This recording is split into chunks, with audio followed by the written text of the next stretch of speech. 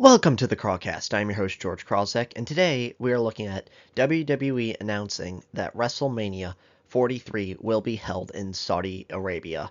So this will be very interesting. And if you like this type of content, make sure to hit that subscribe button like an OG Money. I'm going to go over the good, the bad, and just kind of review all the factors of it. So now let's get started.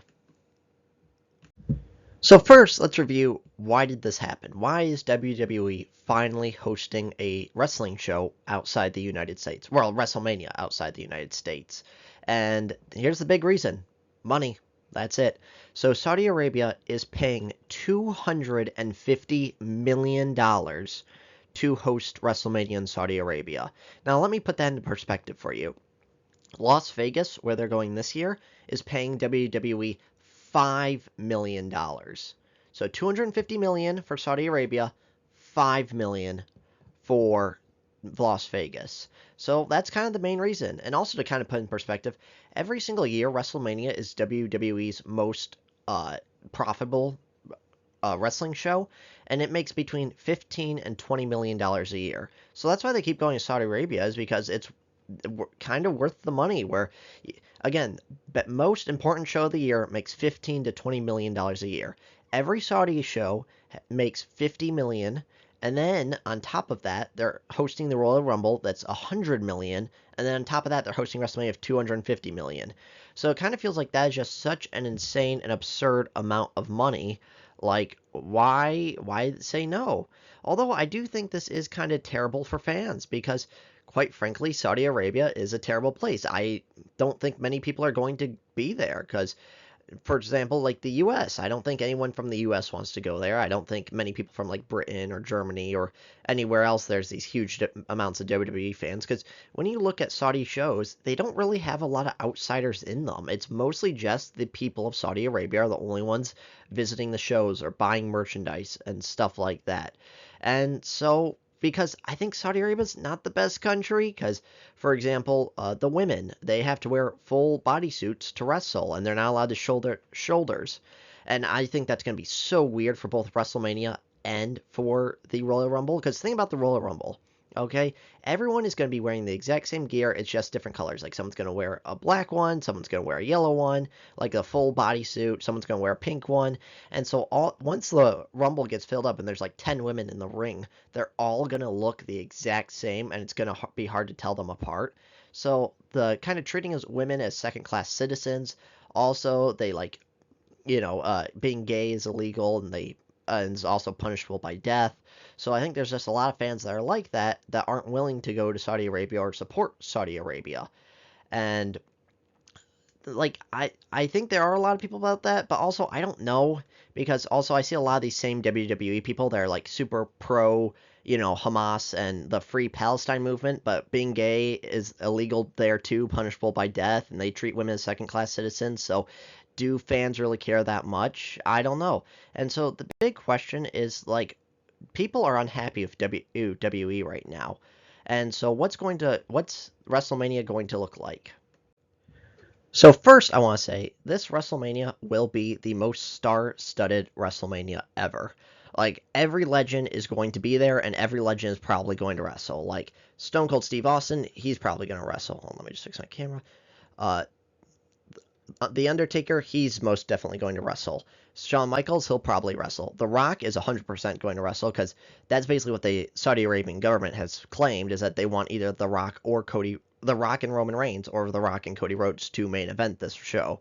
And quite frankly, I wouldn't even be surprised if like Ric Flair wrestles, and he's 80 years old, because this is basically what the Saudi Arabian government claims, is they do not really care about current stars. They don't really like current stars. They don't care for them. It's more important to have legends there. Because, like, I want to bring you back to a couple of years ago, the Greatest Royal Rumble. They wanted the Ultimate Warrior, who, keep in mind, died 4 years previously, and they wanted Yokozuna there. And keep in mind, the Yokozuna died nearly 20 years before the event.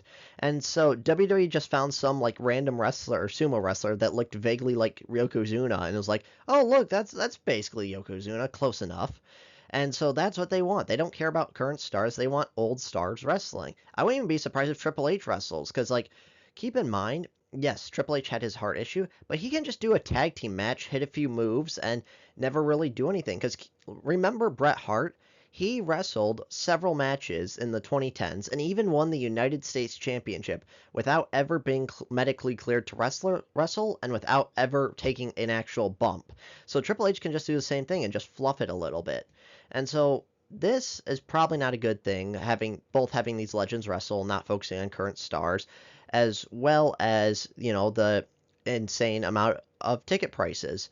Because even TKO, I can't remember his like actual role, but his name's Mark Shapiro. He's their like financial guy, and he kind of mocked Vince McMahon and like brought him down, saying Vince McMahon was bad because he focused too much on families and he wanted to keep ticket prices as low as possible to help families come to the events, as opposed to maximizing the amount of profit they can make and maximizing the amount of sales.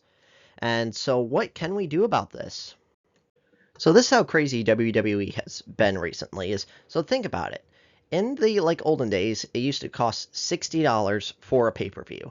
Then when the WWE Network came out, it costs however much you pay for cable for Raw and SmackDown, and then $10 for the pay-per-views. Then with Peacock, it was however much you paid for cable, and then $10 or $11 for the premium live events. Now you need cable for SmackDown, $18 a month for Netflix, $13 a month for Peacock for Saturday night main event, and $30 for ESPN for the premium live events.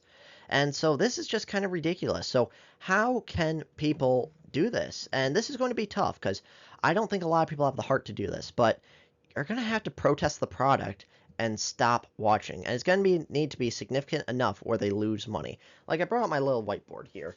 Okay, so let me just make sure that's on camera. So this is basically how it goes, is that TKO, okay, let's just say you have 2,000 subscribers paying $10 a month. Well, that equals $20,000 a month. I know it's a lot more than 2,000. I'm just trying to make the like math easier. So $2,000, $10 a month under the old model gets you $20,000. Now, let's just say people are angry. People do not want to pay for the new $30 a month product. So let's just cut their subscriber base in half. Now, 1,000 people paying $30 a month gives you $30,000. So they can lose customers and still make more money. And now let's add a third product to this, because this is how intense it's going to have to be. Is let's just say you cut it by a quarter. You have 500 people spending $30 a month. That's going to equate to $15,000. So this is basically what you're going to need. You cannot half WWE's audience because they're still making a significant enough profit because of the ESPN deal. You're going to have to bank it by a quarter to make them lose so much money where it's not even worth the $20,000 anymore. It's worth $15,000. Where, like I said, you mark it down a quarter, that $30 a month, that's about $15,000. Oops, I forgot a zero. There we go. So that's about $15,000. So that is what's required to both make them like leave Saudi Arabia and make them lower their ticket prices, is a boycott, is a protest. And here's the big thing. The reason why they can raise ticket prices like this to $30 for ESPN Plus and the $13 for Peacock, and at WrestleMania these insane ticket prices, they can because people will pay it. Because that's the balance in the free market, is they can sell it for whatever people are willing to pay for it. And they need to find that medium tone where it's like, okay, this price is too high where people won't buy it versus this price is too low and you have too many people trying to buy it. And even though the average person says this price that they're at is way too high, it's kind of the medium price because people are still going, people are still buying, and they're still making money. So that is why WWE can afford to do this because, like I said with this example, you cut their subscriber base in half, they still gain over a third more of profit because of the people still willing to pay.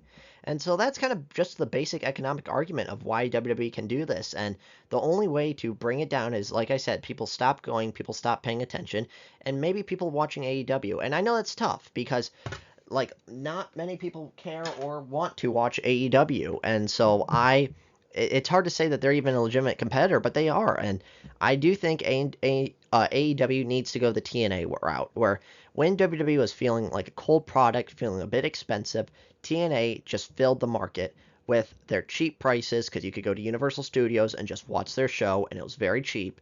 And TNA needs to do that. They need to lower their ticket prices, make their premium live events very like cheaper. Because even if they don't make as much money as they do now, I just think advertising, people will want to see it, and you will have those loyal customers once they say, "Oh, look, I want to watch wrestling, but AEW is so much cheaper than WWE.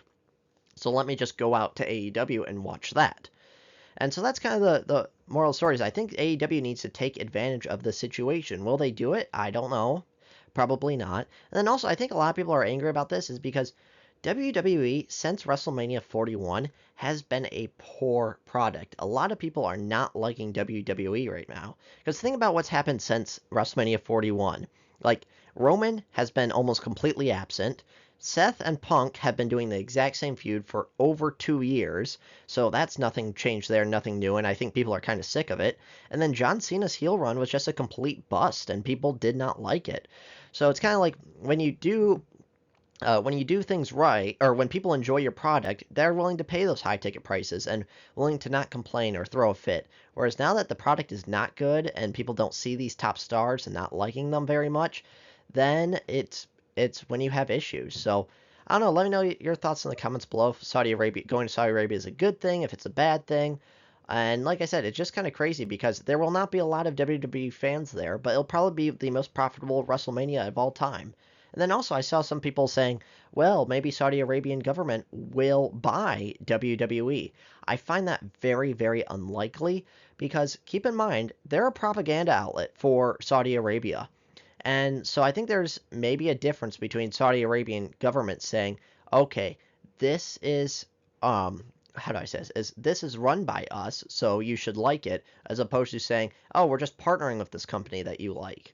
And then also, I don't know if the Saudi Arabian government's interested in running a wrestling company like WWE. And also, what's going to happen to the women's wrestlers? Are they just gonna like not really allowed to do much? Because that's the big thing is the women. Like it's always felt like uncomfortable when women wrestle in Saudi Arabia. Initially they were banned, and then they had to wear the like big t-shirts, and then now they have to wear the full body suits, and it just feels, like I said, it just feels different. Like it feels weird, it feels uncomfortable seeing the women wrestle in Saudi Arabia.